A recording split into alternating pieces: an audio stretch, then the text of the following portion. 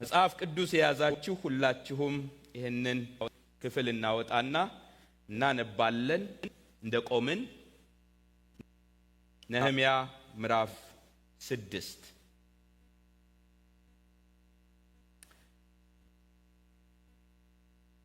ነህምያ ምዕራፍ 6 ከአንድ ጀምሮ እስከ ቁጥር 19 እናነባለን። ቃሉን በደንብ ካነበብነው በኋላ ቃሉን ደግሞ እንሰማዋለን ማለት ነው። በጌታ ስም አነባለሁ። እንዲህ ይላል ምዕራፍ 6 እንዲህም ሆነ ቅጥሩን እንደሰራው ከፍራሹም አንዳች እንዳልቀረበት ሰንባላጥና ጦቢያ አረባዊውም ጌሳም የቀሩትም ጠላቶቻችን ሰሙ። ነገር ግን እስከዚያ ጊዜ ድረስ በበሮቹ ውስጥ ሳንቃዎቹን አላቆምኩም ነበር። ሰንባላጥና ጌሳም መተህ በኦኖ ቆላ ውስጥ ባሉት መንደሮች እንገናኝ ብለው ላኩብኝ። ነገር ግን ክፉ ያደርጉብኝ ዘንድ ያስቡ ነበር። እኔም ትልቅ ሥራ ሰራለሁ፣ እወርድም ዘንድ አይቻለኝም። ሥራውን ትቼ ወደ እናንተ በመውረዴ ስለምን ሥራው ተጓጎላል ብዬ መልእክተኞችን ላኩባቸው። እንዲህም ቃል 4 ጊዜ ላኩብኝ። እኔም እንደ ፊተኛው ቃል መለስኩላቸው። ሰንባላጥም እንደ ፊተኛው ጊዜ ብላቴናውን 5 ጊዜ ላከብኝ። በእጁም ውስጥ አንተና ይሁድ አመፅ እንድታስቡ ስለዚህም ቅጥሩን እንድትሰራ ንጉሳቸውም ትሆን ዘንድ እንድትወድድ በአሕዛብ ዘንድ ተሰምቷል። ደግሞ ንጉሥ በይሁዳ አለ ብለው ስላንተ በኢየሩሳሌም ይናገሩ ዘንድ ነቢያትን አቁመሃል። አሁንም ለንጉሱ ይህን ቃል ያወሩለታል። እንግዲህ መተህ በአንድነት እንማከር የሚል ክፍት ደብዳቤ ነበረ። እኔም አንተ ከልብህ ፈጥረኸዋል እንጂ እንደ ተናገርከው ነገር ምንም የለም ብዬ ላኩበት። እነርሱም ሁሉ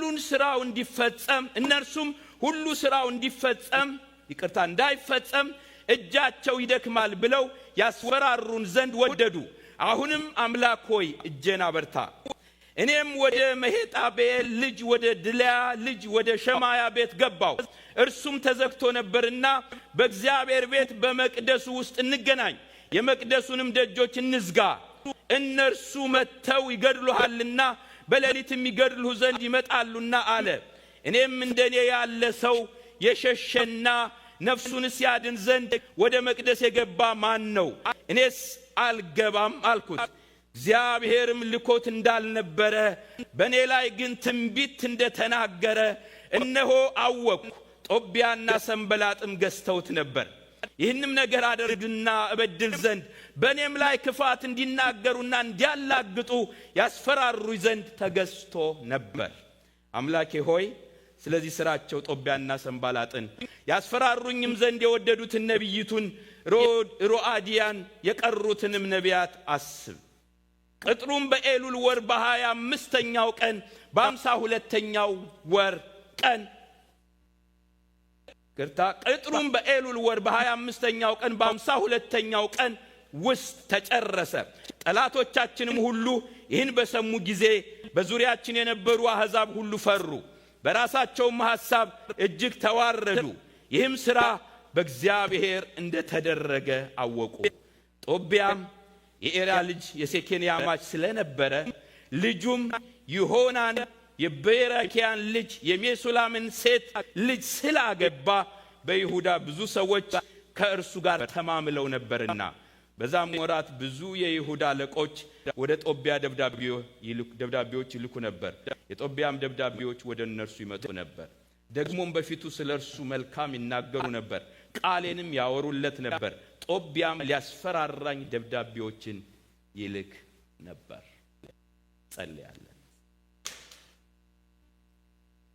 እንጸልያለን። ዛሬም እግዚአብሔር እንዲናገረን እንጸልያለን። እግዚአብሔር የግላችን ወዳጅ፣ የግላችን መካሪ፣ የግላችን አጽናኝ፣ የግላችን አዳሽ፣ የግላችን ሰሪ ነው። ስለዚህ እግዚአብሔር ዛሬም በዚህ ቃል እንዲናገረን ፊቱን እንፈልጋለን።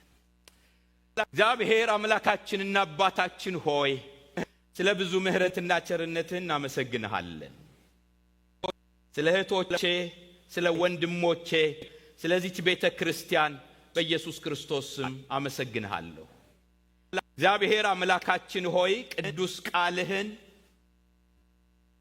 ለሁሉም ልብ አድሬስ ሊያደርግ የሚችለውን በመንፈስ ቅዱስህ አማካኝነት እንድንሰማ እንድትረዳን እለምንሃለሁ። እግዚአብሔር አምላካችን ሆይ ስንሰማ ለራሳችን እንድንሰማ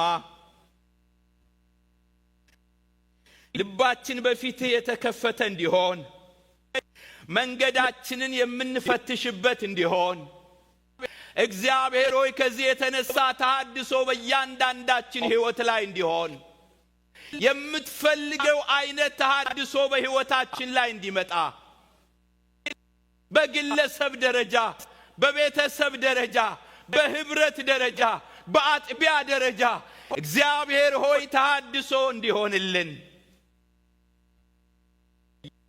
በኢየሱስ ክርስቶስ ስም እንድትረዳን እንለምንሃለሁ።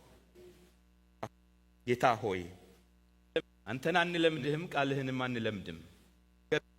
ነገር ግን ደግሞ እግዚአብሔር አምላካችን ሆይ ቃልህ እንዲጣፍጠን፣ ቃልህ እንዲስማማን እንፈልጋለን። እግዚአብሔር ሆይ ሰይፍ ሆኖ መቆረጥ የሚገባውን ይቁረጥልን እንጂ እኛን አይጉዳን። እግዚአብሔር ሆይ በምህረትህ ከቃል ጋር እንድንስማማ እርዳን። እግዚአብሔር ሆይ ይህን ጊዜ እንድትባርክልን ለአንተ አደራ አሳልፌ እሰጣለሁ። ስለሰማህን ተመስገን። በኢየሱስ በጌታችን ስም አሜን። ጌታ ይባርካችሁ። ተቀመጡ። እግዚአብሔር ይመስገን። ሁላችሁም እንደምታውቁት ተሐድሶ በሚል ርዕስ የነህምያን መጽሐፍ በተከታታይ እየተመለከትን ነው ያለነው እና የተሐድሶ ዝግጅት ተሐድሶ ሲሰራ እንደገና ደግሞ እግዚአብሔር በእያንዳንዳችን ሕይወት የሚያደርገውን ነገር እያያያዝን ስለ ተሐድሶ ብዙ ተነጋግረናል። ያው ይሄ መጽሐፍ እንደምታውቁት ደጋግሜም እንዳልኳችሁ በቤተ ክርስቲያን በእግዚአብሔር ሕዝብ ታሪክ እና በመንፈሳዊ ሕይወት ታሪክ ትላልቅ ተሐድሶ ካደረጉ መሪዎች መካከል ይሄ ነህምያ የሚባል ሰው አንዱ ነውና በሱ ታሪክ በሱ አገልግሎት የተደረገው ነገር በሱ መልእክተኝነት የተደረገው ነገር ነው ነህምያ ላይ ተዘርዝሮ ተጽፎ የምናገኘውና በዛ ውስጥ ተሐድሶ ለማምጣት ሲንቀሳቀስ የሆኑትን ነገሮች ነው የምንመለከተው እና የምዕራፍ 6 አሁን እንዳነበብነው ቁጥር 19 ቁጥሮች አሉት። ዛሬ የምንነጋገርበት ይሄንን ቻፕተር ወይም ይሄንን ምዕራፍ መሰረት አድርገን በጠላት የተቃውሞ ዘመቻ መካከል ተልእኮን መፈጸም የሚል ርዕስ ነው። በተቃውሞ መካከል በጠላት ተቃውሞ መካከል ተልእኮን መፈጸም፣ የእግዚአብሔርን ሐሳብ መፈጸም፣ የእግዚአብሔርን ሥራ መፈጸም። በሰላም አይደለም፣ አንዳንዴ ሰላም አይሆንም። እነዚህ ጋር የምታዩት በቀጥታ በተቃውሞ መካከል፣ በወከባ መካከል፣ በተግዳሮት መካከል ነገር ግን ዓላማን ሳይስቱ የእግዚአብሔርን ፈቃድ መፈጸም፣ የእግዚአብሔርን ሥራ መፈጸም፣ የእግዚአብሔርን ተልእኮ የተሰጠን ተልእኮ መፈጸም እንዴት ትልቅ ነገር ነው በጣም።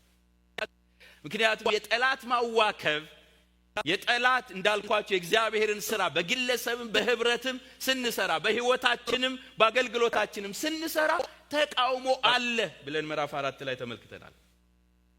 ነገር ግን በዛ ተቃውሞ መካከል የዛ ተቃውሞ ዓላማ ምንድነው? የዛ የጠላት ተቃውሞ ዓላማ ምንድነው ብላችሁ ብትሉ ስራው እንዳይሰራ ማድረግ። እግዚአብሔር በህይወታችን የጀመረው አለ፣ እግዚአብሔር በህብረታችን የጀመረው አለ፣ እግዚአብሔር በቤታችን የጀመረው አለ፣ እግዚአብሔር በኑሯችን የጀመረው አለ። ያ ስራ ያስቆጣዋል። በጣም ጠላት በጣም ነው የሚያስቆጣው። ለመጸለይ የሚተጋ ሰው መጸለዩ በጠላት ፊት በጣም ያስቆጣል። የእግዚአብሔርን ቃል ማንበብና መታዘዝ የሚፈልግ ሰው ያንን ማድረግ በጠላት ዘንድ በጣም ቁጣ ይቀሰቅሳል። እግዚአብሔርን ማገልገል፣ ለእግዚአብሔር መታዘዝ፣ መቀደስ ለጠላት በጣም ያስቆጣዋል እና ያንን ማቆም ይፈልጋል። ያንን ማስቀረት ይፈልጋል። በጣም በተቻለው መጠን ከቻለ ማስቆም ይፈልጋል እና ወደ ነበረው መመለስ ይፈልጋል። ወደ አሮጌው መመለስ ይፈልጋል። ካልቻለ ደግሞ ማዘግየት ይፈልጋል፣ ማስተጓጎል ይፈልጋል። ነህምያ የጀመሩት ስራ አለ። ስራ እየሰሩ ናቸው። የተላኩበትን ስራ እየሰሩ ናቸው። ተልኳቸውን እየፈጸሙ ነው። የሚገርም ስራ እየሰሩ ነው። ያንን ያልወደደ ጠላት ተነሳ እና በብዙ መንገድ ነው የዘመተባቸው። ዘመቻዎችን በደንብ እናያቸዋለን። በብዙ መንገድ ነው የዘመተባቸው። ግን በዛ ዘመቻ መካከል ተልኮን መፈጸም መቻል፣ ዓላማን ዓላማ ብሎ መቀጠል። በጣም ብዙ ሰዎች ዳይቨርት ስለሚያደርጉ በጣም ያደርጋሉ በቀላሉ። አንዳንዶች መጽሐፍ ቅዱሳቸውን እጥፍ አጣጥፎ ጎመን በጤና ብለው የሚሄዱ አሉ። እና በዛ መካከል ተልኮን መፈጸም መቻል፣ የተጠሩበትን ማድረግ መቻል፣ እግዚአብሔር የጀመረውን መጨረስ መቻል፣ ከግብ ማድረስ መቻል፣ ከእግዚአብሔር ጋር ተስማምቶ መቀጠል መቻል በጣም በጣም በጣም ትልቅ ነገር ነው። እሱን ነው የምናየው ዛሬ። ጠላት ወከባ መካከል ጠላት ስትራቴጂዎችን እየቀየሰ በሚዘምትበት መካከል ልብ በሉ። ይሄን ሁሉ ጊዜ ለዋለው መንፈሳዊ ነገር ጦር ሜዳ አለበት። በቃ የጦር ሜዳ ኑሮ ነው። እንደ በጎ ወታደር አብረኸኝ መከራ ተቀበል ያለው ዳዊት ማን ነው? ጳውሎስ ጢሞቴዎስን ወጣቱን ሲጋብዘው እንዲህ ያለው በቃ ጦር ሜዳ ነው። ወታደር ነህና እና አብረኸኝ መከራ ተቀበል፣ አብረኸኝ ቅድም እንዳልነው ኬክ ቁረስ አይደለም ያለው። እቺን ኬኳን እያየ ብዙ ሰው በጣም ይነሳሳል አገልግሎት። አሁን ብዙዎች መልእክት ነች እቺ። ለካ ፓስተር ኬክ ይቀርብለታል። በጣም ተቃውሞ አለ፣ በጣም ሰልፍ አለ፣ በጣም አለ። ይሄን እናንተ ራሳችሁ ታውቁታላችሁ፣ ቴስት ታደርጉታላችሁ። አንዳንዴ እጅ ሰጣችሁ ተስማምታችሁ ካልኖራችሁ በስተቀር እውነተኛ ክርስትናን፣ እውነተኛ ህይወትን፣ እውነተኛ አገልግሎትን፣ እውነተኛ የእግዚአብሔርን ተልእኮ ለመፈጸም ሰልፍ አለ። በጣም ሰልፍ አለ። አይነቱ ብዙ ስቱ ጠላት የሰጠውን አጀንዳ ተቀብሎ በጠላት አጀንዳ ላይ ድዌል ሳያደርጉ የእግዚአብሔርን ፈቃድ መፈጸም መቻል። ዋው! እስኪ እኔም አንድ ነገር ልበላችሁ። እንደው አጠገባችሁ ያለው ሰው አይዞህ፣ የጀመርከውን ዓላማህን ሳትጥል ቀጥል፣ ዓላማሽን ሳትጥል ቀጥል ተባባሉ። እስኪ አይዞሽ ቀጥል።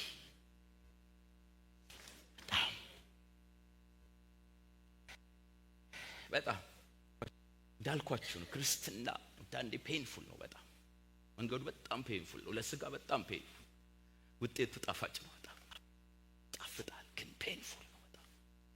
ታዲያ በዛ መካከል ፔኑን ተቋቁሞ እግዚአብሔር የሰጠኝን ተልእኮ ፈጽማለሁ፣ እግዚአብሔር በእኔ የጀመረውን ከግብ አደርሳለሁ፣ ከእግዚአብሔር ጋር እጨክናለሁ ማለት በጣም ጠይቃል። ይህን ስጨክኝ እግዚአብሔር ደግሞ አብሮ ይቆማል። በጣም በቃ ይቆማል። በጣም ወጣትነት በቃ ከእግዚአብሔር ጋር፣ ጎልማስነት ከእግዚአብሔር ጋር በዓላማ በጣም ብዙ ሰዎች ጠላት የሰጣቸውን አጀንዳ እዛ ላይ ይዘው የእግዚአብሔርን አጀንዳ የሚጥሉ ብዙዎች አሉ። በጣም እንደ መሪ ብትሉ፣ እንደ ቤተ ክርስቲያን ብትሉ ጠላት የሚሰጣቸውን የተቃውሞ አጀንዳ፣ ያንን የእግዚአብሔርን ስራ ለማዘግየት ለማስተጓጎል አጀንዳ ያመጣና ይሰጣቸዋል። ያንን ይተውና ይተራረዳሉ እዛ ላይ። እግዚአብሔርን ፈቃድ መፈጸም እና በዚህ ክፍል ላይ የምታዩት ቁጥር 15 እና ቁጥር 16 ላይ በጣም የሚገርም ነገር ነው። ነህምያ ያለባቸውን ዘመቻ በኋላ ነግራቸዋለሁ። በጣም መሰረታዊ ነገሮችን ያሳያቸዋል። ቁጥር 15 እና 16 ላይ ግን እንዲህ ይነበባል። በኋላ ማነቦ ቅጥሩንም በኤሉል ወር በ25ኛው ቀን በ52 ቀን ውስጥ ተጨረሰ። በቃ እነሱ እግዚአብሔር በእነርሱ ለማድረግ የላካቸውን ተልእኮ ጠብቀው ተጨረሰ።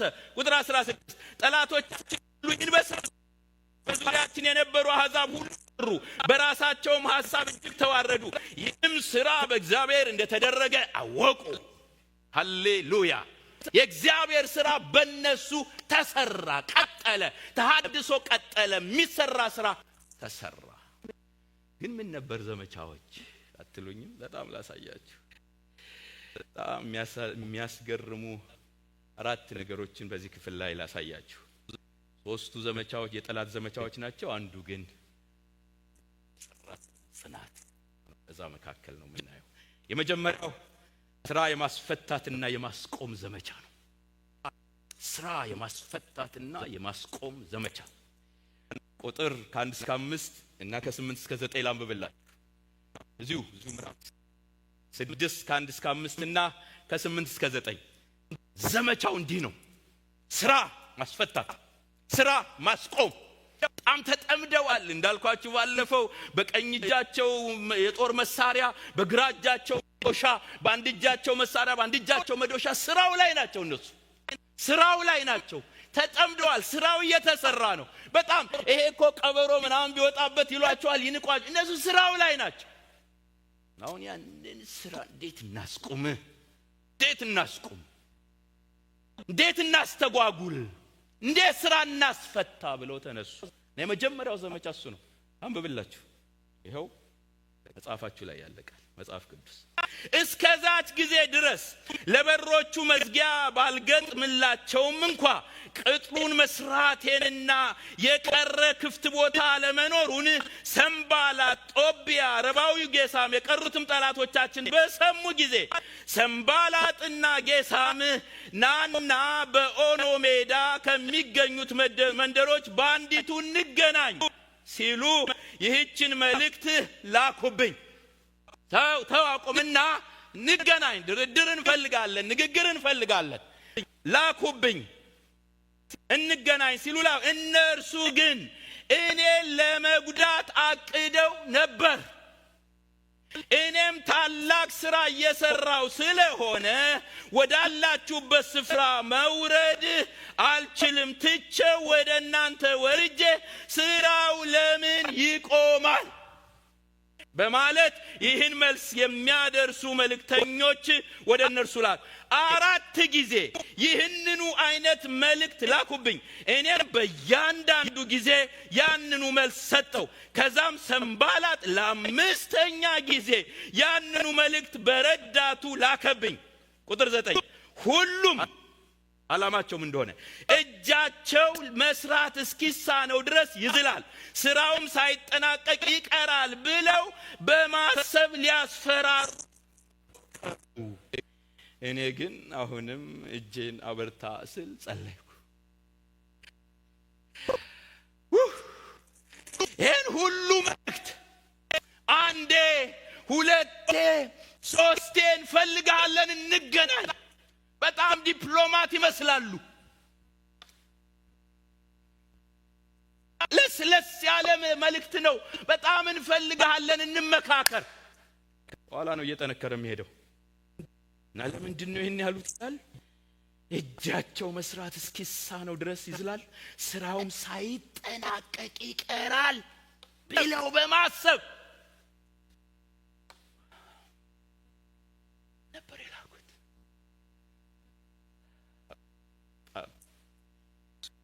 እሱ ግን ያውቃል ማን እንደስጀመረ ያውቃል። አሁንም ማን ሊረዳው እንደሚችል ያውቃል። ጌታ ሆይ አለ በዙፋኑ። እኔ አልችለውም ጌታ ሆይ፣ የኔ እጅ ይዝላል ጌታ ሆይ፣ አጠገብ ያሉትም ሰዎች እጅ ይዝላል፣ አንተ ግን እጄን አበርታ እባክህ።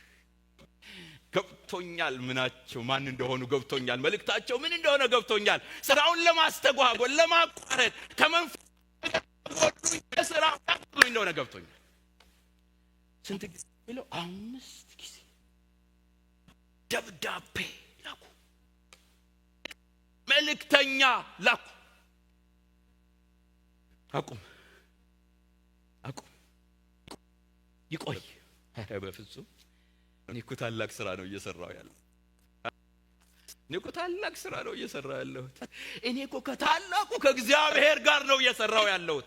እኔ እኮ ተልኮ ያለኝ ሰው ነኝ።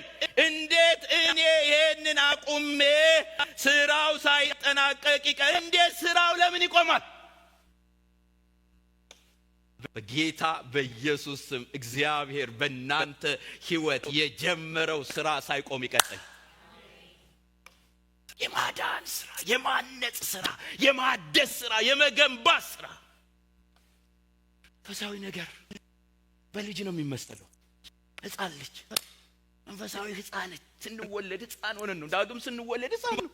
ያ ግን ማደግ አለበት፣ መብሰል አለበት፣ መጎልመስ አለበት፣ መቀጠል አለበት። እድገት ከተስተጓጎለ አደጋ አለው በጣም ሞት ስላለ።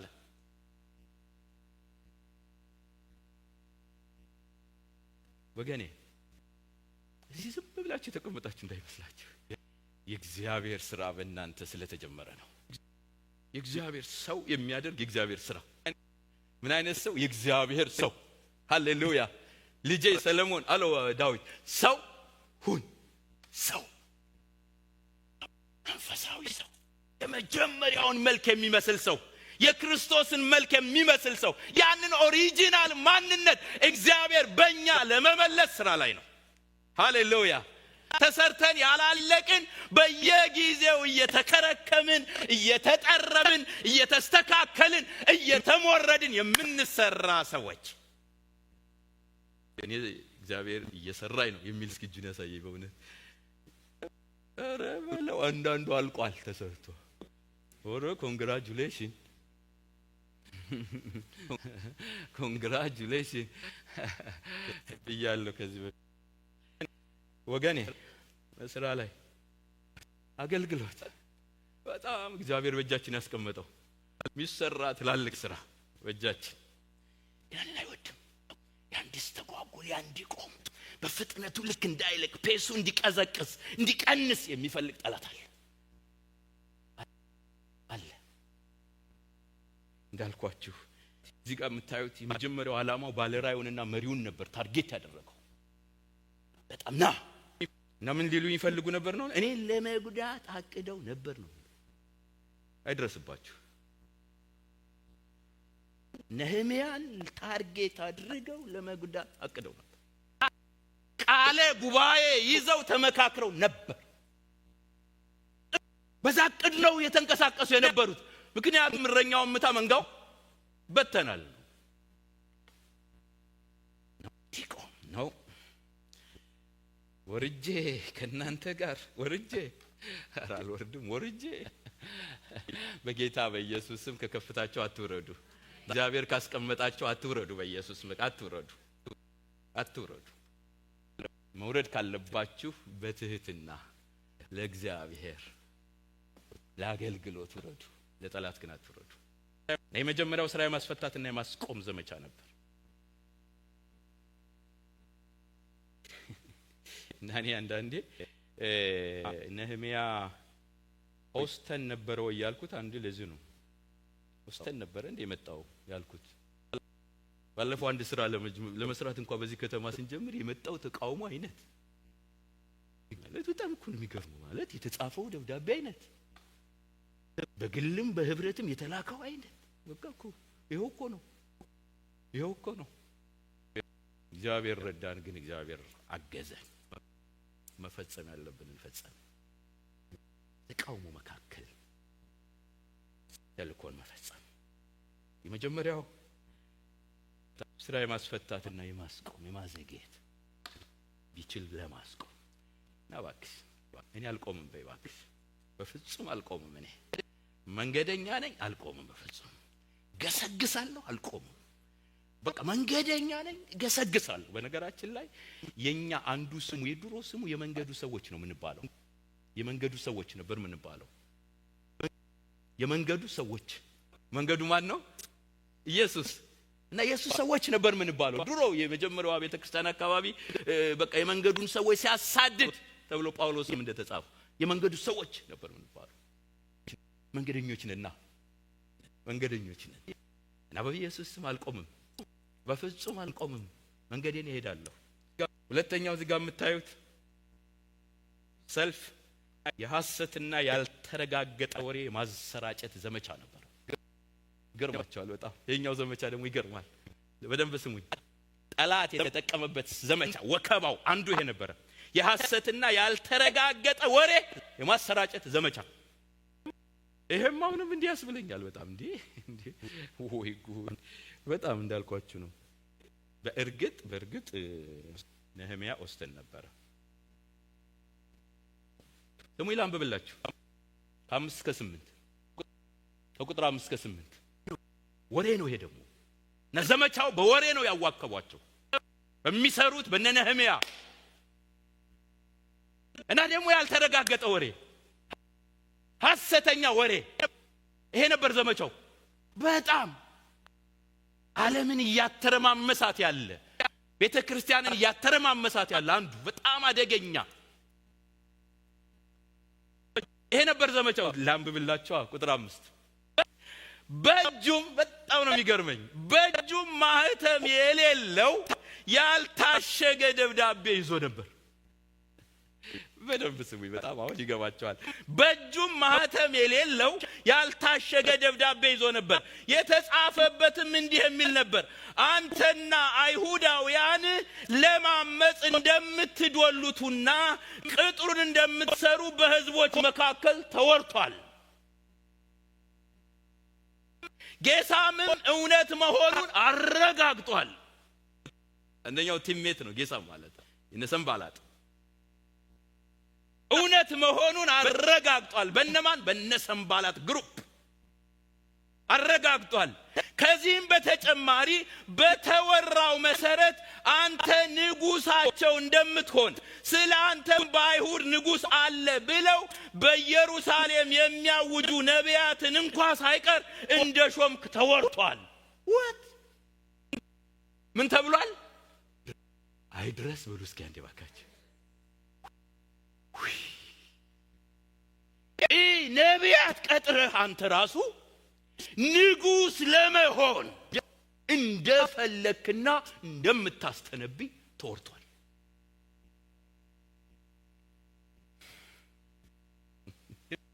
ይህም ነገር ለንጉሱ መድረሱ አይቀርም።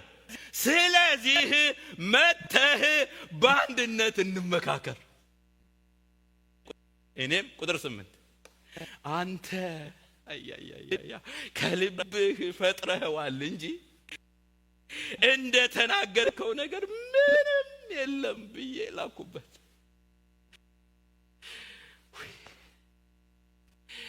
እንዴት ደስ ይላል! እግዚአብሔር ይባረክ።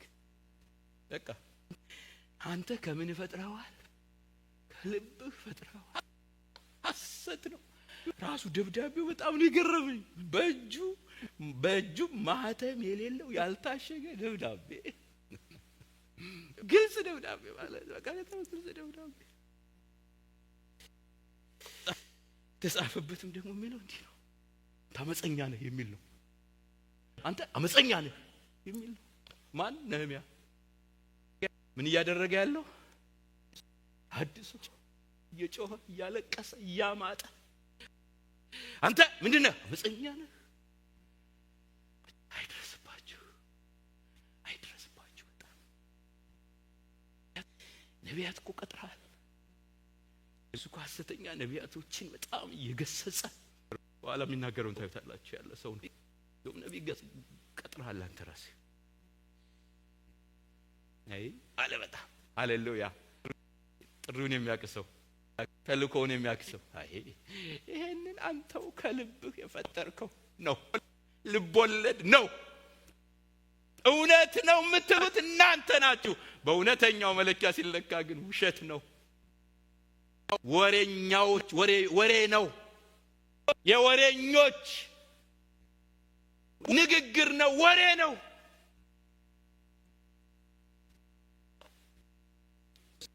ጳውሎስም አንድ ጊዜ እንደዚህ ብሏል።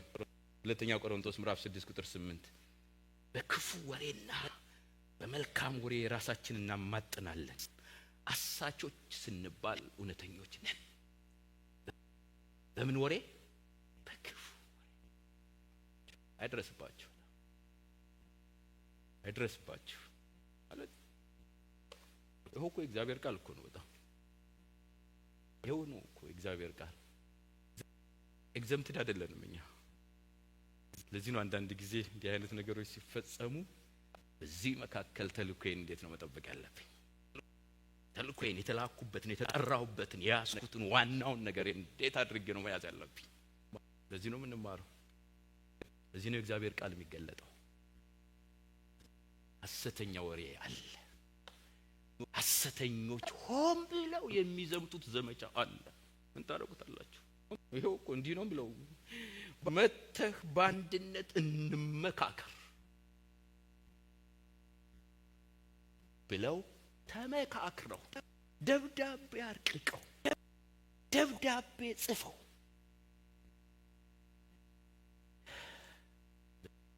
በዚህ ወቅት ነው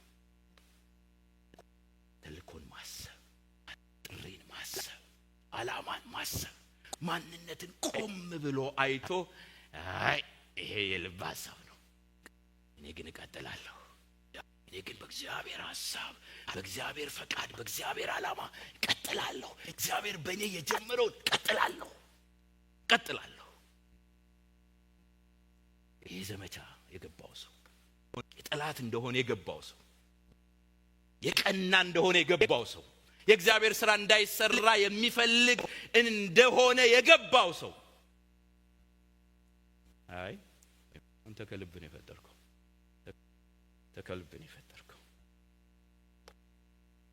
ሶስተኛው ዘመቻ ትንሽ ዘርዘር አድርገን እንድናየው የምፈልገው የማስፈራራትና ስም የማጥፋት ዘመቻ ነው። የማስፈራራት ያው ተያያዦች ናቸው እና ስም የማጥፋት ዘመቻ ነው። ከቁጥር 10 እስከ ቁጥር 13 እሱን ነው የምታገኙት። ቅድም እንዳልኳችሁ ለስለስ ባለ መንገድ ነው የመጡት። ለስለስ ባለ መንገድ ነው የመጡት ጠላቶች። እንመካከር በሚል ነው የመጡት። መልእክተኛ በመላክ ነው የመጡት። በጣም መልካም ነገር የሚመስል ነገር በማቅረብ ነው የመጡት። ለስለስ ብለው ነው የመጡት። እሱ ደግሞ እየጨከነ ሄደ። በጣም እየጨከነ ሄደ። ከዛ አሁን የመጡበት ማስፈራራት ነው። ይገባችሁ ወገኖቼ? የመጀመሪያው በጣም ጨዋ አማካሪ ነው የሚመስለው ጠላት። በጣም ጨዋ አማካሪ፣ በጣም ጥሩ ሐሳቦችን ነው በጣም ያመጣላቸዋል። ከዛ በኋላ የመጣው ግን የመጣበት ዘመቻ በጣም ጠንከር ያለ ዘመቻ ነው። እናንብበው። የማስፈራራትና ስም የማጥፋት ዘመቻ ቁጥር 10 አንድ ቀን ቤቱ በላዩ ላይ ተዘግቶበት ወደ ነበረው ወደ መሂጣቤል ልጅ ወደ ድልያ ልጅ ወደ ሸማያ ሄድኩ። እርሱም ሰዎች ሊገድሉህ ይመጣሉ። በቃ የመጨረሻው ሰልፍ፣ የመጨረሻው ጦርነት፣ የመጨረሻው ፍልሚያ ሊገድሉህ ይመጣሉ። በኃይል ማለት ነው። በእርግጥም በሌሊት ሊገድሉህ ይመጣሉ። በነገራችን ላይ ዚስ ኢዝ በቃ የመጨረሻው የጠላት ክላይማክስ ነው። ገልሻለሁ ካለ ትሞታለህ ነው መጨረሻው ማስፈራሪያው እሱ። እና ለዛም ኢየሱስ እንኳን ትዝ አይላችሁም የሥጋን ብቻ መግደል የሚችሉትን አትፍሩ በቃ ማለት እስከዛ ድረስ ሊሄድ ይችላል። አትፍሩ እና ሊገድሉህ ይመጣሉ። በእግዚአብሔር ቤት ባለው በቤተ መቅደስ ውስጥ እንገናኝ፣ የቤተ መቅደሱንም በሮች እንዝጋቸው አለኝ። በጣም የሚገርም ማለት ጥበብም ክፋትም እርቅቅ ያለ ነገር ነው እዚህ ውስጥ ያለው።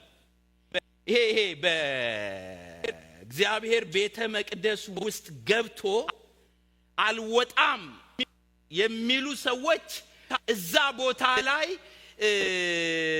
በቃ ይሄ ምንድነው ተማሪክ ያለው ተሸንፍ ያለው እንዳትገድሉኝ በእግዚአብሔር ቤት ማለቱ ነው እና የመጨረሻ እጅ መስጠቱ ነው። ራሱን ለማትረፍ የሚሸሸግበት ሲስተም ነው ይሄ በቤተ መቅደስ ውስጥ። ምክንያቱም በእግዚአብሔር መቅደስ ውስጥ መግደል ስለማይችሉ እና ሊገሉ ስለሚመጡ አንተ መተህ ቤተ መቅደሱን በሮች እንዝጋቸው አለኝ። ራስክን ለማትረፍ ለመዳን ከፈለክ ይሄንን አድርግ። ከዛ ስሙኝ እሱ ያለው እኔ ግን አለ እንደኔ ያለ ሰው ሰይ ሃሌሉያ ደስ ይላል። በጣም እንደኔ ያለ ሰው አምላኩ እግዚአብሔር ከሱ ጋር ያለ ሰው የእግዚአብሔርን ሥራ የሚሰራ ሰው እግዚአብሔር አጠገቡ ያለ ሰው የእግዚአብሔር መልእክተኛ ሰው የእግዚአብሔር ሰው እንደኔ ያለ ሰው ስሙኛ ሸሽቶ ይደበቃል እንዴ? ሸሽቶ ይደበቃል ያው ይልና በጣም ወይም ደግሞ ሕይወቱን ለማዳን ሲል ወደ ቤተ መቅደስ መግባት ይገባዋል እንዴ? ምኑን ለማዳን? ሕይወቱን ለማን የሰጠ? ሕይወቱን ለጌታ የሰጠ እግዚአብሔር ያለው ሰው ራሱን ለማዳን ይደበቃል እንዴ? እንዲህ ያደርጋል እንዴ? ስሙኛ ገባዋል። አልሄድም አልኩ። በእኔ ላይ ትንቢት የተናገረው ጦቢያና ሰንበላጥ በገንዘብ ስለደለሉት እንጂ እግዚአብሔር ወደ እኔ እንዳላከው ተረዳሁ። በምን ደልለውት? ገንዘብ አልዘምረውም መዝሙሩ ሲላቸዋል። በለዓም ሟርተኛው በለዓም አንዱ የሚያጋልበው እግዚአብሔር በፊት ለፊቱ ቆሞ እንኳን ሲናገረው አልሰማ፣ አህያ አፋውታ እንኳን ስትናገረው አልሰማ ያለ የሚታየው ገንዘብ ነበር። ገንዘብ ዛሬ በገንዘብ እየተገዙ እንደሚተነብዩት እየበሉ እንደሚተነብዩት እናንተ ጋር ካልደረሱ እግዚአብሔር ይመስገን ለዘላለምም ይከልክልላችሁ። ለገንዘብ የሚተነብዩ ዛሬ አይደለም የጀመሩት፣ ድሮ ነው አገልግሎት የጀመሩት። እና ሊገሉ ይፈልጋሉ። እግዚአብሔር እንዲህ ይልሃል፣ ና ተደበቅ። ኧረ ተው እባክህ። ያውቃል ዓላማውን እንዴት እንደተጠራ ያውቃል። በእኔ የጀመረውን ሳይጨርስ አልሞትም። እኔም ደግሞ ነፍሴን ለማዳን የምደበቅ ሰው እንደኔ ያለ ሰው እንዴት ይሆናል? ነፍሴን የያዘ ጌታ አለኝ። ማንነቴን የያዘ ጌታ አለ። በዚህ ልታስፈራሩኝ አትችልም። እና በገንዘብ የተገዛው ይልና ደለሉት እንጂ እግዚአብሔር ወደ እኔ እንዳላከው ተረዳው ይልና በገንዘብ የተገዛው እኔን ለማስፈራራት ነው። ይሄውም ይህን በመፈጸም ኃጢአት እንድሰራና በዚህም መጥፎ ስም ሰጥተው ተቀባይነት እንዳይኖረኝ ለማድረግ ነው። በዚህም ባለመታዘዝ ኃጢአት እንድሰራ እንከን እንዲያገኙብኝ ሰበብ እንዲያገኙብኝ ከዛ ያችን እንደ ባንዲራ እያጎሉ እሱ እኮ እንዲህ ነው ሊሉኝ ከዛ የማን ስራ እንዲቆም ወይ ጌቴ ወይ ወንድሜ እንዴ ተበላን መሰላችሁ? እንዴ ተበላን። ስንቶቹ ባንዲራቸውን አስጣላቸውና ሌላ ባንዲራው ለበለበባቸው። ስንቶቹ እኔን ለማስፈራራት ከዛ ኃጢአት እንድሰራ ወገኖች ስንቶች ወደ እግዚአብሔር ሰው ተላኩ መሰላችሁ? ስንት መልእክተኞች ተላኩ፣ ስንቶች ተላኩ ጸጋ ለማስጣል። እነ ሳምሶን ጋር እነ ደሊላ መጡ። ሳምሶን በቃ አለቀለት። የሆነውን ታውቁታላችሁ። ጣለው። ከዛ በኋላ ሳምሶን እንዴት መቆም ይችላል? የስንቶች ጸጋ እንደተበላ ታውቃላችሁ? የስንቶች ጸጋ እንደተበላ፣ የስንቶች ክብር አመድ እንደለበሰ ታውቃላችሁ? ይሄ ግን ተልኮውን ያውቃል። ሻኮማ ተልኮውን ያውቃል፣ የሚሰራውን ያውቃል። ኖ ገብቶኛል።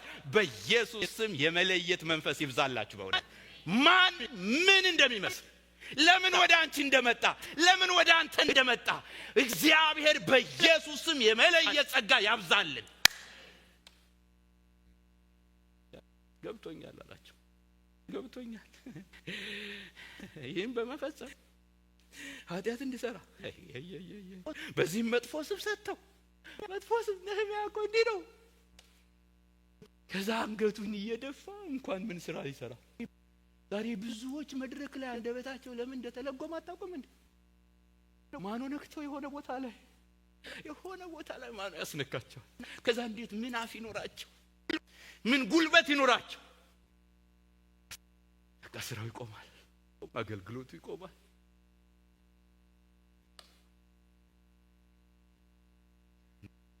እና ነህምያ ምን ወሰደ? ከነህምያ ጋር ያሉት ሰዎችስ ምን ወሰዱ ብትሉ 3 ነገሮች በፍጥነት ልንገራችሁ። የመጀመሪያው ይህንን የእግዚአብሔርን ስራ በህይወቱ ታርጌት ያደረገውን አንዱ ያሸነፈበት ራሱን መካዱ ነው። ራስን መካድ የሚባለው ሰሞኑን ደጋግሜ አንድ ጽሁፍ ጽፍ ነበረ። በእኔ ላይ አንተ ኑር፣ በእኔ ላይ አንተ ኑር፣ እኔ አልኑር አንተ እስኪ እኔ አልኑር እኔ አንተ እስኪ በሉ ዛሬ እንኳን ደስ እንዲል እኔ አልኑር አንተ። ጳውሎስ እንዳለው እኔ አሁን ሕያው ሆኛለሁ፣ በእኔ ግን የሚኖረው እሱ ነው የሚኖረው። እዚህ ቦታ ላይ የምታዩት እሱ ነው። እኔ ራሴን ለማዳን ነው። ራሴን እኮ ሰጥቼዋለሁ። በቃ ክጄዋለሁ። በቃ ለጌታ ሰጥቼዋለሁ። ራሴን ለማዳን የምወስደው እርምጃ የለም። እኔን የሚጠብቅ፣ እኔን የሚያድን፣ እኔን የሚታደግ በቃ ስትራቴጂውን አይቶ የሚወጋልኝ እሱ ነው። ለዚህ ነው ጌታ ኢየሱስ ያለው ትዝ አይላችሁ? በዛን ጊዜ ኢየሱስ ደቀ መዛሙርቱን እንዲህ አለ፣ እኔን መከተል የሚወድ ራሱን መስቀሉን ተሸክሞ ከተለኝ ነፍሱን ሊያድን የሚወድ ሁሉ ያጠፋታል። ስለኔ ግን ነፍሱን የሚያጠፋ ሁሉ ያገኛታል። ራስን መሰዋት፣ ቅዱስ መስዋዕት አድርጎ ማቅረብ አንዱ ይሄ ነው የጠቀመው። ስለ ራሱ በፍጹም ሲሟገት አታዩት። እኔ እንደኔ አይነት የለም፣ አልከራከርም፣ አልሟገትም፣ አላድንም። ራሴን የሚጠብቀኝ እኔ ነኝ፣ አልደበቅም። ሁለተኛው በጣም እዚህ ጋር የምታዩት መንፈስን መመርመር ነው። መንፈስን መመርመር ትንቢት እኮ ነው የተናገረለት። እንዳልኳችሁ ትንቢት ሲነገር ደግሞ በሰራዊት ጌታ በእግዚአብሔር ስም ነው የሚነገረው። ያኔም ዘንድሮም እንደዛ ነው የሚነገረው። በሰራዊት ጌታ በእግዚአብሔር ስም ነው። እግዚአብሔር ልኮኛል ብሎ ነው የሚመጣው። ወደ አንቺ ሲመጣም ወደ ነህምያም ሲመጣ እግዚአብሔር ልኮኛል ብሎ ነው። ከጀርባ ያለውን መንፈስ መለየት ግን የእግዚአብሔር ሰው ፋንታ ነው። እና አወቀው፣ ለየው። የራስህን አድን በጣም ጠቃሚ ምክር እኮ ነው የሚመስለው። እግዚአብሔር እንዲህ ይላል ተሸሸግ ይላል። በጣም እኮ የሚገርም መልእክት ነው የሚመስለው። አይ ተገዝተሽ ነው አለዋ፣ ተገዝተሽ ነው አንተ፣ ተገዝተህ ነው። በምን? በገንዘብ። የእግዚአብሔር መልእክት አይደለም እሱ። እንዲህ የሚል ጀግና በኢየሱስ ክርስቶስ ያድርገን። በጣም ጠፍቷል። በጣም በቃ ለፈስፈስ ነው በለው። በቃ እጅሽ ሲጭንብሽ፣ በቃ ሲናገርብሽ፣ በቃ አንለይ።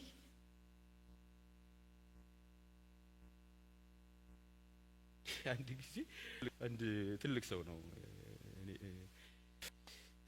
ጉባኤው መካከል ወጣና ጉባኤውን ለመፈተን ከባድ ንግግር ተናገረ። ለመፈተን ነውና ሰው ሰምቶ ነው ወይ እልል የሚለው፣ ሰምቶ ነው ወይ አሜን የሚለው የሚለውን ለማጣራት በጣም ከባድ ንግግር ማለት እግዚአብሔር ይግደላቸው አይነት ነገር ተናገረ። ህዝቡ ለበኋላ ከዛ ተነሳና መናገር ጀመረ። በጣም እኮ በጣም ሩቅ ሄደናል እኮ ማለት ምን ሰማውን መመርመር። ለምንድን ነው አሜን? እናንተ እንኳን ለአሜን ጎበዞች ናችሁ። you are too late። በጣም እንደዛም እንድትተኙ አልፈልግም።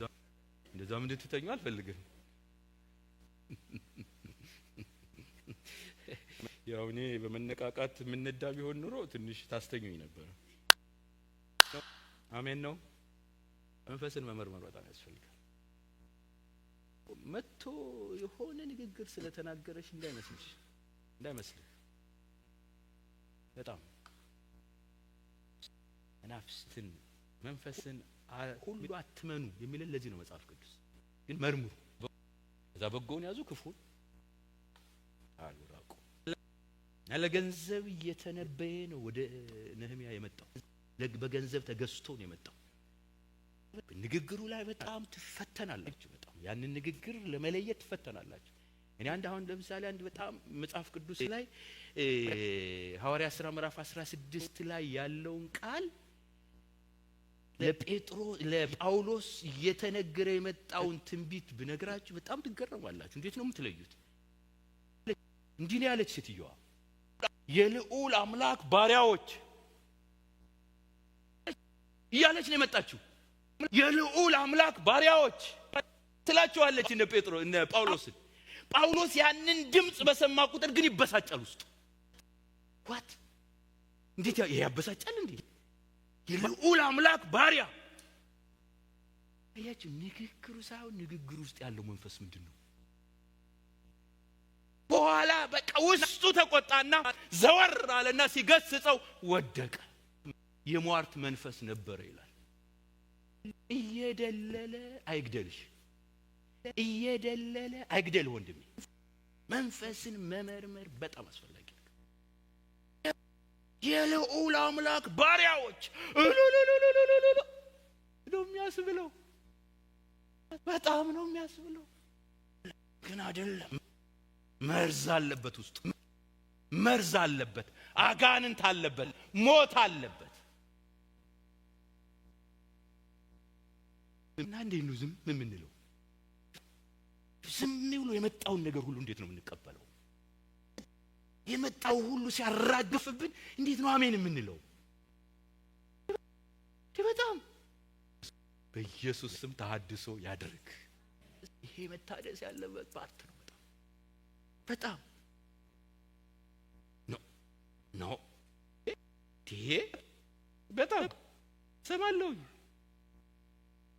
በቃ የመጣው ሰው ሁሉ የሆነ ጓዳ ላይ የሆነ ቦታ ላይ እጀን ልጫን ምናምን አንዳንዱ አጋንንት እንደሚሞላስ በምን ታውቂያለሽ? በምን ታውቃለህ? do you know that person? አንዳንዱ እኮ ከጥልቁ ጋር ቀጥተኛ ግንኙነት ያለው መንፈስ አለ።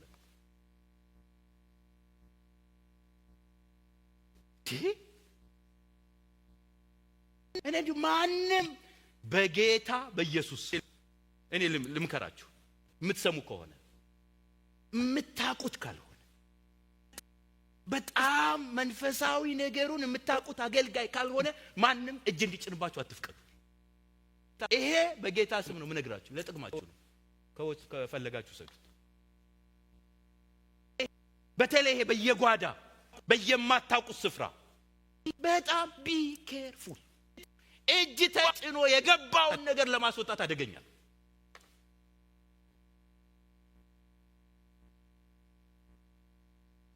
በተለይ በዚህ ዘመን ምን ማለት ነው ልትሉ ይችላል። ያልኩትን ደግሞ እውነት የለም። መጣ እኮ አልኳችሁ እኮ በቃ ና አብረን እንግባ፣ ና መቅደስ እንሸሸግ፣ ና ምልጥ እዚህ ና አብረን ምሽግን ያዝ ና። ኧረ እባክህ ሌባ እግዚአብሔር ለዘላለም ይገስጸው። መንፈስን መመርመር በጣም እግዚአብሔር ቃል መጥቶ ከፍቶ ሰራዊት ጌታ በእግዚአብሔር ስም who are you አንተ ማነህ ብላችሁ ጠይቁ። ማነህ አንተ? እውነቴን ነው የምነግራችሁ። እዚህ ቤተ ክርስቲያን ስላላችሁ ብቻ አይደለም፣ ሌላም ቦታ ብትሆኑ ፓስተራችሁን አማክሩ። እኔ ጋር ስላላችሁ አይደለም ይሄን የምነግራችሁ፣ የሚሰሙኝ ብዙ ሰዎች ስላሉ አማክሩ። that is the right way።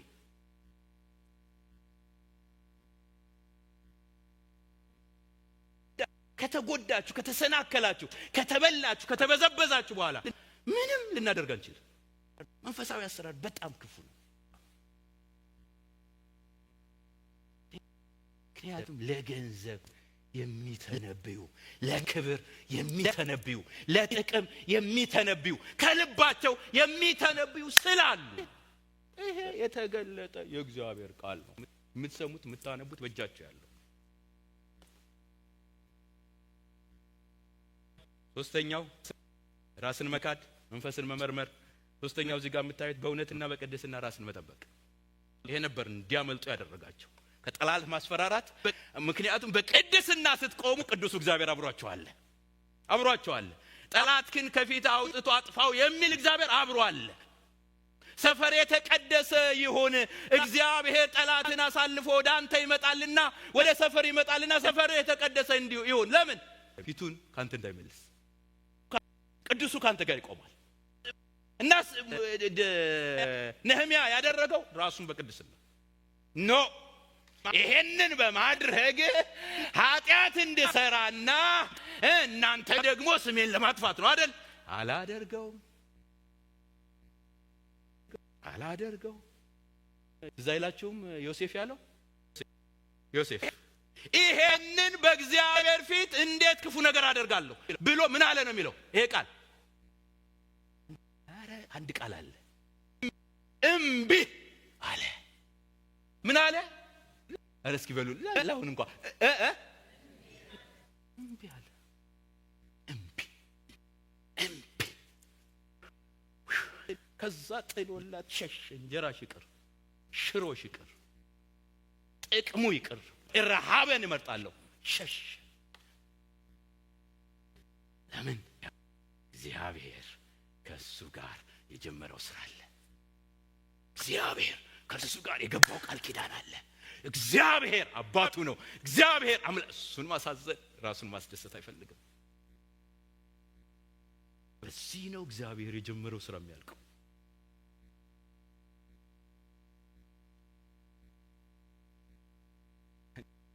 አንድ ቃል አለና ስም ማጥፋት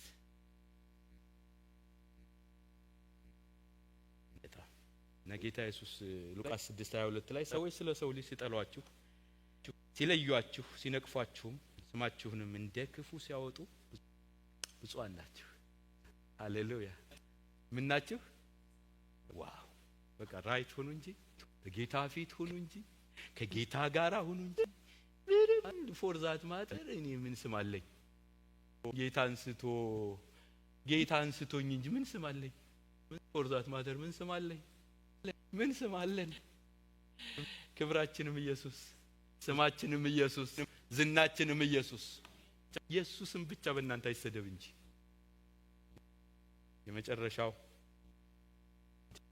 የመጨረሻው በጽናት የእግዚአብሔርን ስራ ወይም ተርኮን መፈጸም። ታያላችሁ እዚህ ጋር በጽናት የእግዚአብሔርን ስራ የተጀመረውን ስራ በጽናት እንዲህ እንደተሰበሰብን እግዚአብሔር አንድ ቀን በኢየሱስ ክርስቶስ ስም በቀኙ ያቆመን። በቃ እንዲህ በቃ ሩጫ ጀምረናል፣ መንገድ ጀምረናል፣ ህይወት ጀምረናል፣ አገልግሎት ጀምረናል። ዓላማው አንድ ቀን በኢየሱስ ቀኝ መገኘት፣ በቃ በክብር መገኘት። ከዛ አንቺ በጎ ታማኝ ባሪያ፣ አንተ በጎ ታማኝ ባሪያ በይ ወደ ዘላለም ደስታሽ ግቢ። ለዚህ ነው የጠራሽ። ለዚህ ነው this is the ultimate goal። ያንን መፈጸም ይጠበቅብናል። ግን እሱ የሚፈጸመው በጽናት። አገልግሎት አለሽ፣ መክሊት አለሽ፣ ጸጋ አለሽ፣ እግዚአብሔር በልብህ ያስቀመጠው አለ፣ እግዚአብሔር የሰጠህ ነገር አለ። ያንን በጽናት 15-19 ላንብብላችሁ። በጠላት ፊት በዚህ ወከባ መካከል በጽናት አምላኬ ሆይ ይላል ቁጥር 15 አምላኬ ሆይ ስለፈጸሙት ድርጊት ጦቢያንና ሰንበላጥን አስብ። ሊያስፈራሩኝ የሞከሩትን ነቢያቱንም ኖአዲያንና ሌሎችን ነቢያትንም አስብ። ቅጥሩም ኤሉል በተባለው ወር 25ኛው ቀን በ52ኛው ቀን ውስጥ ተጠናቀቀ። ጠላቶቻችንም ሁሉ ይህን ሲሰሙ በዙሪያችን ያሉ አሕዛብ ሁሉ ፈሩ፣ በራሳቸውም ሐሳብ እጅግ ተዋረዱ። ምክንያቱም ይህ ሥራ በእግዚአብሔር እንደተደረገ አወቁ። በዛን ጊዜ የይሁዳ መኳንንት ለጦቢያ ብዙ ደብዳቤ ይልኩ ነበር።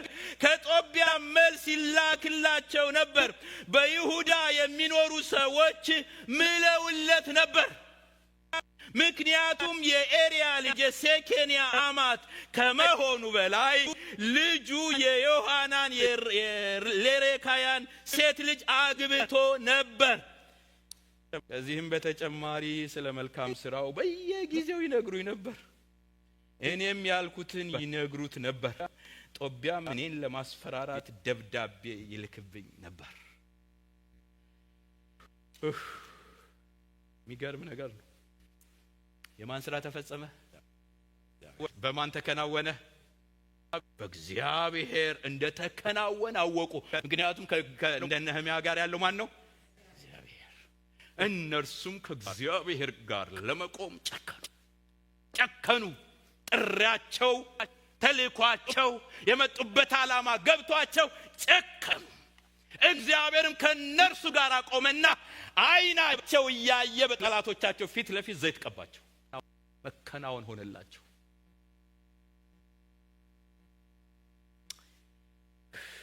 መከናወን ሆነላቸው። አራት ነገሮች በፍጥነት ልንገራችሁና ልጨርስ። እንዴት ተከናወነ ብትሉኝ እነዚህ አራት ነገሮች ናቸው በእነዚህ ሰዎች የተከናወኑት። አንደኛው በጸሎት በመትጋት ደጋግሜ ነግራቸዋለሁ። በቃ አምላኬ ሆይ አስበኝ፣ የኔ እጅ ደካማ ነው ይልና አምላኬ ሆይ አስበኝ አስበኝ። አንዳንዴ ለነሱም ይጸልይላቸዋል። ይገርማል በጣም። አንዳንዴ በጣም ኃይለኛ ንግግር ጸሎት አድርጎ ያቀርባል። አስበኝ፣ በጸሎት መትጋት። በዚህ መካከል በጽናት ተልኳችንን ለመፈጸም በጸሎት መትጋት ነምበር 1። ታውቃላችሁ፣ ሲጀምርም በጸሎት ነው፣ ሲያገለግልም በጸሎት ነው፣ ሲሰራም በጸሎት ነው፣ ሲጨርስም በጸሎት ነው። የነህምያ መጽሐፍ አንዱ የምታገኙበት አንኳር ነገር ጸሎት ነው። ምክንያቱም በጸሎት ነው ከእግዚአብሔር ጋር የምንገናኘው። በጸሎት ነው ኃይል የምናድሰው። በጸሎት ነው ጉልበት የምናገኘው። የማይጸልይ ጉልበት ይታደሳል ብላችሁ አትጠብቁ። ብዙ እውቀት ሊኖራችሁ ይችላል፣ ብዙ ልትማሩ ትችላላችሁ። ካልጸለያችሁ ከእናንተ ጋር መዋሃድ ያስቸግራል። የእግዚአብሔር ቃል ማለት ነው ጸሎት። ሁለተኛው በእግዚአብሔር አብሮነትና እርሱን ዋና በማድረግ በቃ በእግዚአብሔር አብሮነት ነው። ሁሌ ተጠንቅቀው የእግዚአብሔርን መስመር ላለመሳት፣ ቀጭኗን መንገድ ላለመሳት ከእግዚአብሔር ጋር ለመሆን በመጠንቀቅ እና ዋናቸውን ሁሌ ዋና አድርገው። በጣም ነው የሚገርመው። እዚህ ጋር ብርቱ ማስጠንቀቂያ መናገር ፈልጋለሁ። በጣም ብርቱ ማስጠንቀቂያ። በደንብ ስሙኝ በደንብ አደራችሁን። እዚህ ጋር ያለ አንድ ክፍል አለ። በጣም አይታችሁት ከሆነ በዛ ጊዜ የይሁዳ ቁጥር ያው መሃል ላይ ነው። በዛ ጊዜ የይሁዳ መኳንንት ለጦቢያ ብዙ ደብዳቤ ይልኩ ነበር፣ ከጦቢያ መልስ ሊላክላቸው ነበር ይልና በይሁዳ የሚኖሩ ሰዎች ምለውለት ነበር። ምን ብለው? ለጦቢያ ምለውለት ነበር። በይሁዳ የሚኖሩ ሰዎች ምንም ይሁን ካንተ ጋር ነው የምንቆመው ብለው የእግዚአብሔርንም ስራ ለማፍረስ ካንተ ጋር እንቆማለን፣ ነህምያንም ለመከልከል ካንተ ጋር እንቆማለን ቃለ መሐላ አድርገው ነበር ጠላቶች። እነዛ ጠላቶች ከይሁዳ ጋር ካሉት ጠላት እኮ ውጭ ብቻ ሆኖ አይደለም የሚዋጋቸው፣ መሐል ላይ የተማማሉ ሰዎች አሉ። እና ነህምያ የፈለገውን ነገር ይበል የሚያፈርሱ መሐል አላቸው፣ ቃል ኪዳን አላቸው። የቃል ኪዳናቸው ደግሞ አንዱ በጣም የሚገርማቸው ማስጠነቀቃቸው አንዱ እሱ ነው። ስሙኝ፣ ምለውለት ነበር ይልና ለምን ከመሆኑ ምለውለት ነበር። ምክንያቱም ይላል የኤራ ልጅ ሴኬንያ አማት ከመሆኑም በላይ። አሁን እዚህ ጋር ምንድነው የምታዩት? ጋብቻ። ቴንኪዩ ጋብቻ። ዛ ይቃወሙት፣ እዚህ ጋብቻ አላቸው። አንዳቸው ለአንዳቸው ልጅ ተሰጣጥተዋል። እንዴት ከባድ ነው! እንዴት ከባድ ነው! ሰሞኑን አንድ ይሄ ባለፈው የተገደለው ልጅ ማን ነበር ስሙ? ቻርሊ። እሱን የገደለው ልጅ አባት ሄደና ነገረው። አባቴ የገደልኩት እኔ ነኝ አለው። አይደል አለው። ምንድነው ያደረገው? አባትየው ምንድነው ያደረገው? አሳልፎ ነው የሰጠው። በጣም ፔንፉል ነው በጣም ልጁን።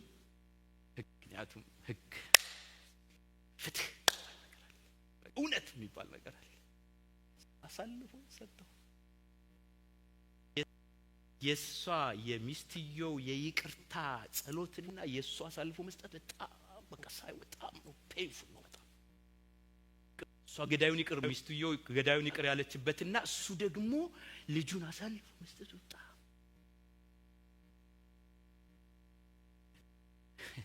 ይሄ ለዓለም ህግ ነው እንደዚህ ሆነ ሰውየው። ለዓለም ህግ እኮ ነው።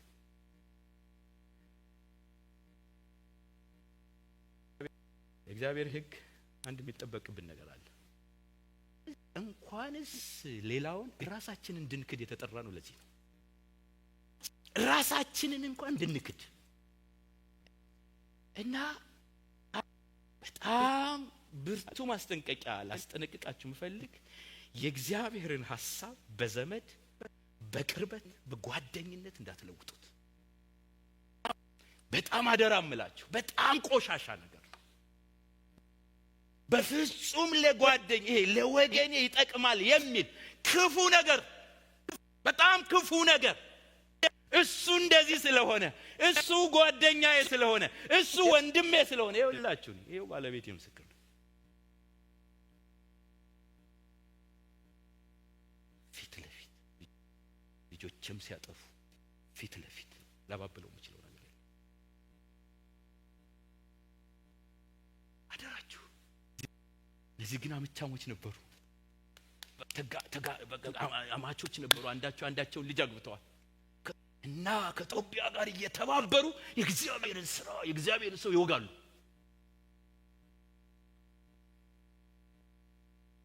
ፕሊስ ይኸውላችሁ ከራሳችሁም ነፍስ ይልቅ ለዚህ አይደል ጌታ ኢየሱስ እኮ በነገራችን ላይ ማቴዎስ 10:37 ላይ ከኔ ይልቅ አባቱን ወይም እናቱን የሚወድ ለኔ ሊሆን።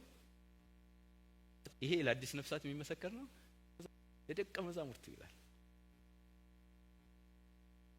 ከኔ ይልቅ እናቱን፣ አባቱን፣ እህቱን፣ ወንድሙን፣ ሚስቱን ነው የሚለው የሚወድ ለኔ ሊሆን። ስለዚህ አንደኛ ማን ይሆን? ኧረ እባካችሁ አንደኛ ማን ይሆን? ካንቺ በላይ ካንተ በላይ እሱ ነው ዓላማቸው እንዲፈጽሙ ያስጨከናቸው። እና እባካችሁ በጣም በጣም በጣም ጥንቃቄ እንድታደርጉ። ከእግዚአብሔር ሐሳብ ሲወጣ ካያችሁት ለወንድማችሁ አትራሩ፣ ለእህታችሁ አትራሩ፣ በፍጹም አትራሩ። ምትራሩለት ከሆነ ስትመልሱት ነው ምትራሩለት፣ ሲመለስ ነው ምትራሩለት፣ ስታድኑት ነው ምትራሩለት። ሶስተኛው እዚህ ጋር የምታዩት ወሬኞችና ሐሰተኞችን ባለመስማት ነው። ተልኳቸውን የፈጸሙት ወሬኞችን ባለመስማት። yes ምንጮች አሉ፣ ብዙ አይነት ምንጮች እና በየጊዜው በጣም ነው የሚገርመው። ከሱ ጋር ሆነው ከሱ ወደዛ ይወስዳሉ፣ ከዛ ደግሞ ወደሱ ያመጣሉ። ወሬኞች እንዲህ እኮ ነው የሚለው፣ ወደ እኔ የሚያመጣሉ፣ ወደ እርሱም ይወስዳሉ። እንዲህ አይነት ሰርቫይቭ የሚያደርጉ ሰዎች አሉ። በጌታ በኢየሱስ ክርስቶስ እንዲህ አይነት መንፈስ ከመካከላችን ይውጋ እግዚአብሔር። በጣም አሉ፣ በጣም የተደራጀ መንፈስ ያለባቸው። እንዲህ እኮ ነው የሚለው፣ በየጊዜው ይነግሩኝና እኔም ያልኩትን ይነግሩት ነበር። ደህና መስለው ፓስተር ምናምን እያሉ ይሰሟቸዋል፣ ከዛ ይወስዳሉ፣ እዛ ደግሞ ይሄዳሉ። በእነዚህ በሁለት ቸርቾች መካከል እንኳን በነበርንበት ሰዓት ይመላለስ የነበረውን ወሬ እግዚአብሔር ይወቀው። በጣም እሱ ጋር የሚደርሱ ወሬዎች ነበሩ፣ እኔ ጋር የሚደርሱ ወሬዎች ነበሩ። እንዴት ደረሱ? ያድናችሁ። አረ በኢየሱስ ስም ያድናችሁ። በጣም እንደዚህ አይነት ወሬኞችን ግን አይሰማም ነበር እሱ። ተልኮውን ነው። ሃሌሉያ። የመጨረሻው የጠላትን ተቃውሞ ጸንቶ በመቃወም ነው የጨረሰው። በቃ ጸንቶ መቃወም። ሁላችንም እንቆምና ይሄን ቃል አንብበው። እንቆም እስኪ ሁላችንም። ኢያሱ ምዕራፍ 3 ቁጥር 17 ላይ እንደዚህ የሚል ቃል አለ። የእግዚአብሔርም ቃል የቃል ኪዳን ታቦት የተሸከሙ ካህናት በዮርዳኖስ መካከል በደረቅ መሬት ጸንተው ቆመው ነበር። ሕዝቡም ሁሉ ዮርዳኖስን ፈጽመው እስኪሻገሩ ድረስ እስራኤል ሁሉ በደረቅ መሬት ተሻገሩ። ጸንተው ቆመው ነበር። በማዕበሉ መካከል፣ በወንዙ መካከል፣ በሙላቱ መካከል፣ ሊያሰምጥ ባለው መካከል ጸንተው ቆመው ነበር። ተሻገሩ። ጸንቶ በመቆም አድሶ የእግዚአብሔር ሥራ እግዚአብሔር የጀመረው በሕይወታችን የሚከናወነው ጸንቶ በመቆም። ለዚህ አስቡ።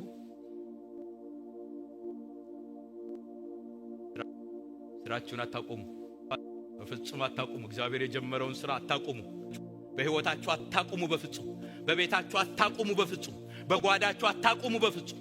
እግዚአብሔር የጀመረው ሥራ በኢየሱስ ስም ይቀጥል።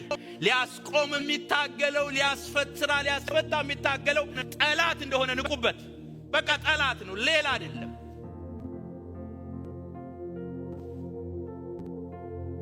ያልተረጋገጠ ወሬ፣ የሐሰት ወሬ ወኔያችሁን አይስለበው። በፍጹም አትደንግጡ። በፍጹም መርምራችሁ ፈትሻችሁ ወቁ። የሐሰተኞች ወሬ በፍጹም ወገባችሁን ትጥቅ አያስፈታችሁ። በፍጹም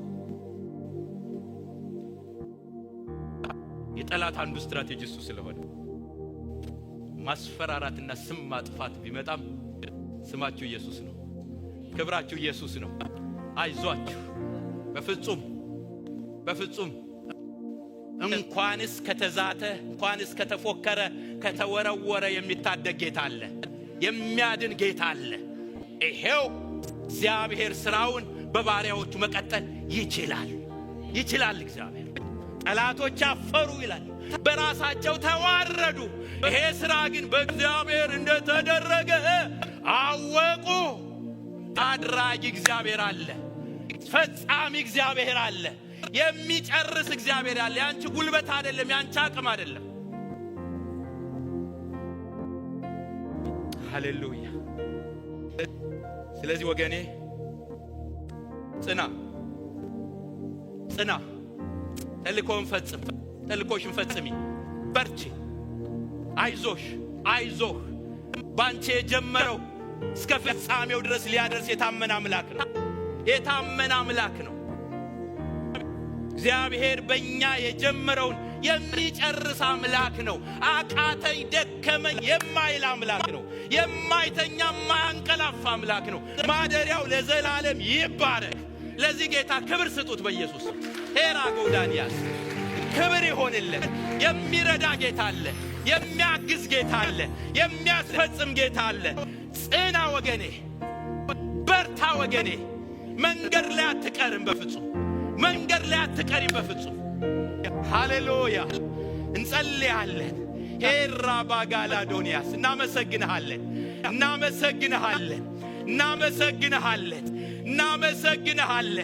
ኦ ክብር ለስምህ ይሁን።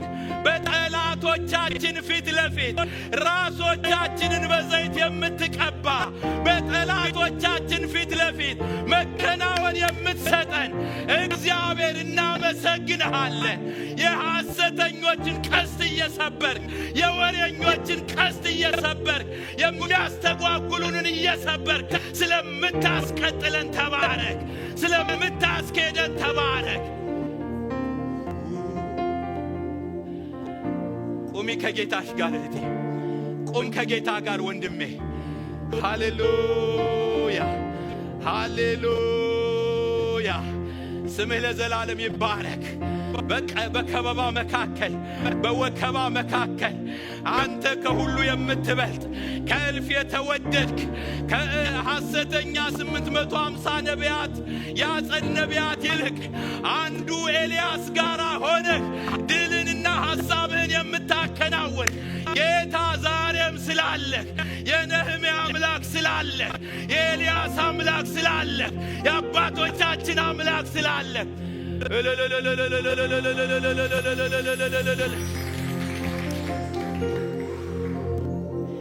እናመሰግንሃለን እናመሰግንሃለን እናመሰግንሃለን።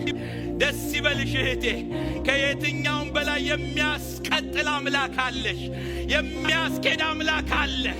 ደስ ይበልህ ወንድሜ፣ መንገድ ላይ አይቀርም ተልኮ፣ መንገድ ላይ አይቀርም ሕይወትህ። ሕይወት ይቀጥላል፣ ድል ይቀጥላል። በእግዚአብሔር ቀኝ እስክንቆም ድረስ